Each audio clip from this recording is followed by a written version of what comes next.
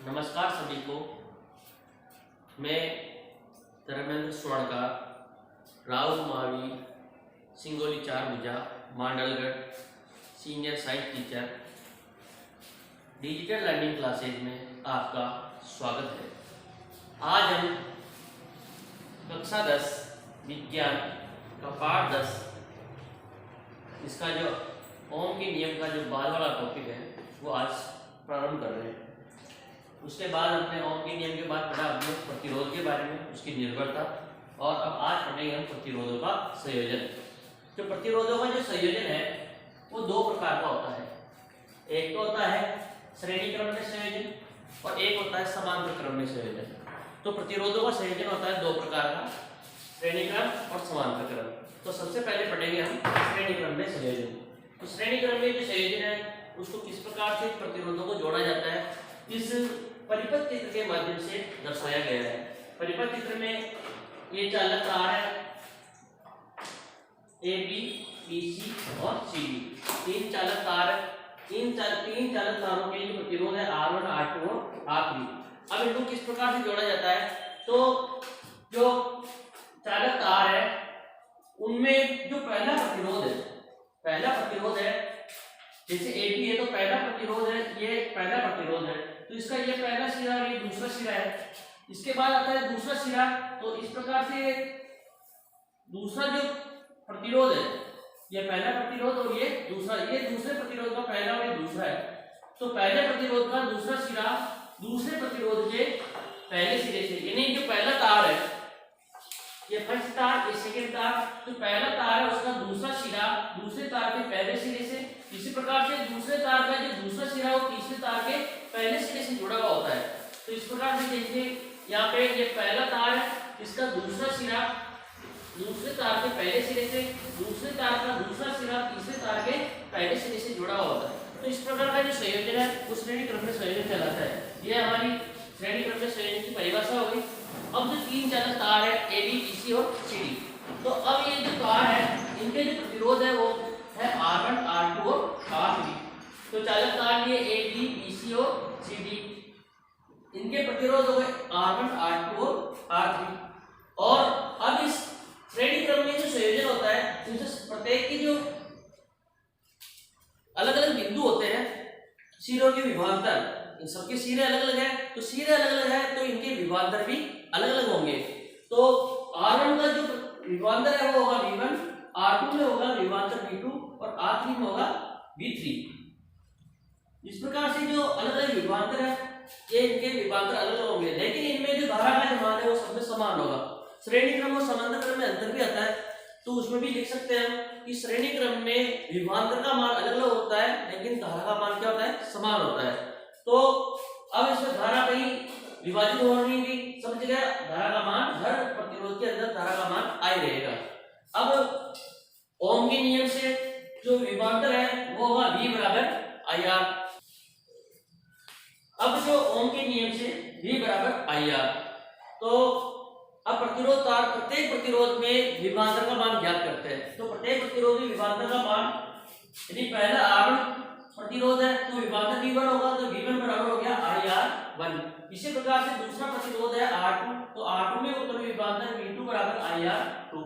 इसी प्रकार से प्रतिरोध तार R3 में उत्पन्न विभवांतर V3 बराबर IR3। इस प्रकार से अलग अलग विभवांतर आ गए, सभी विभवांतर को हमने प्लस किया, सारा विभवांतर जोड़ा, कुल विभवांतर हो गया V बराबर V1 plus V2 plus V3।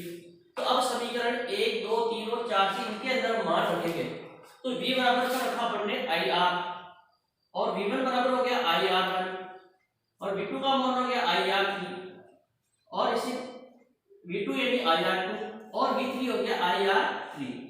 अब इसके अंदर जो I है वो सब में कॉमन आ रहा है, तो हम I को कॉमन ले लेते हैं। तो IR बराबर I कॉमन आ गया R1 plus R2 plus R3, ये इसमें बच गया, I से I कैंसिल हो गया। अब क्या बच गया, R बराबर R1 plus R2 plus R3।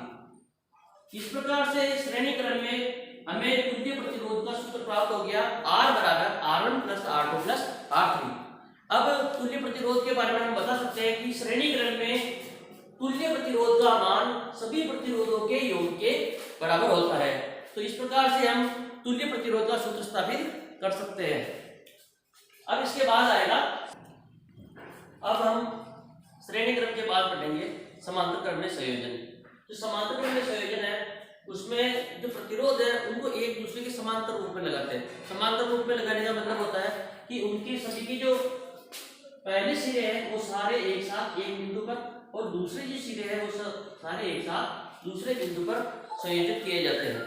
तो अब इसमें जैसे ये पहला चालक था, ये दूसरा और ये तीसरा, सभी का ये पहला ये दूसरा सिरा, ये पहला ये दूसरा, ये पहला और ये दूसरा, तो सभी का जो पहला सिरा है वो सारा एक साथ एक बिंदु पर जोड़ दिया और उनके सभी के जो दूसरे सिरे सारे एक साथ दूसरे बिंदु पर जोड़ दिया। तो इस प्रकार से अगर ये संयोजन होता है तो वो समांतर क्रम में संयोजन कहलाता है। तो अब इसके बाद समांतर क्रम में संयोजन के बाद इसका जो तुल्य प्रतिरोध ज्ञात करना है हमें, तो इसका सूत्र स्थापित करने के लिए जैसे 3 चालक तार है और तीनों चालक तार के जो प्रतिरोध है R1 R2 और R3 है। 3 चालक तार है जिसमें प्रतिरोध R1 R2 और R3 है। तो ये चालक तार के लिए हमने कोई भी नाम दे दिया इसको, ABC नाम, या जैसे पहला चालक तार है या दूसरा चालक तार है और तीसरा चालक तार है। तो पहले चालक तार का जो प्रतिरोध R1, दूसरे का R2 और तीसरे का R3। अब सभी के सिरे एक साथ एक ही बिंदु पे है, तो सभी के सिरे एक साथ है तो विभवांतर भी क्या होगा, इनका समान होगा। तो प्रत्येक प्रतिरोध में विभवांतर का मान तो समान होगा लेकिन अब धारा का मान अलग अलग होगा, क्योंकि श्रेणी क्रम में अलग है और समांतर क्रम में इनका मान अलग अलग है। तो श्रेणी क्रम में विभवांतर अलग था, समांतर क्रम में विभवांतर समान होगा। और अब इसमें जो धारा का मान है समांतर क्रम के अंदर वो अलग अलग होगा, क्योंकि धारा यहाँ तक तो आई रही और यहाँ से आते ही इसका विभाजन हो गया, कुछ धारा इधर गई, कुछ इसमें गई और कुछ इसमें गई, तो धारा का विभाजन हो गया, तो धारा अलग अलग हो गई I1 I2 और I3। तो इस प्रकार से इसमें प्रतिरोध R1 में I1, R2 में I2 और R3 में I3 प्रवाहित धारा का मान हो गया। अब इसके बाद देखते हैं हम ओम के नियम से। ओम के नियम से प्रवाहित धारा का मान होता है I बराबर होता है V/R। तो इसी प्रकार से प्रतिरोध R1 में प्रवाहित धारा का मान होगा I1 बराबर V/R1। और इसी प्रकार से जो प्रतिरोध R2 है उसमें प्रवाहित धारा का मान होगा I2 बराबर V/R2। इसी प्रकार से प्रतिरोध R3 में प्रवाहित धारा का मान I3 बराबर V/R3।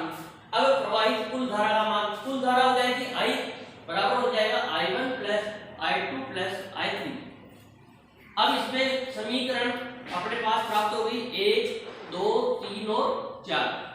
ये चारों समीकरण है, तो चारों समीकरणों से हम इनमें मान रख देते हैं। I का मान है अपने V/R, V/R हो गया I का मान, V/R1 plus V/R2 plus V/R3।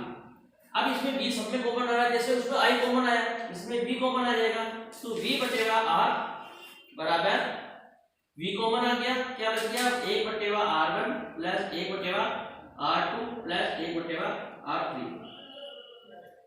अब V से V कैंसिल, यहां बच गया मेरे 1/R, यहां आ गया 1/R बराबर 1/R1 plus 1/R2 plus 1/R3।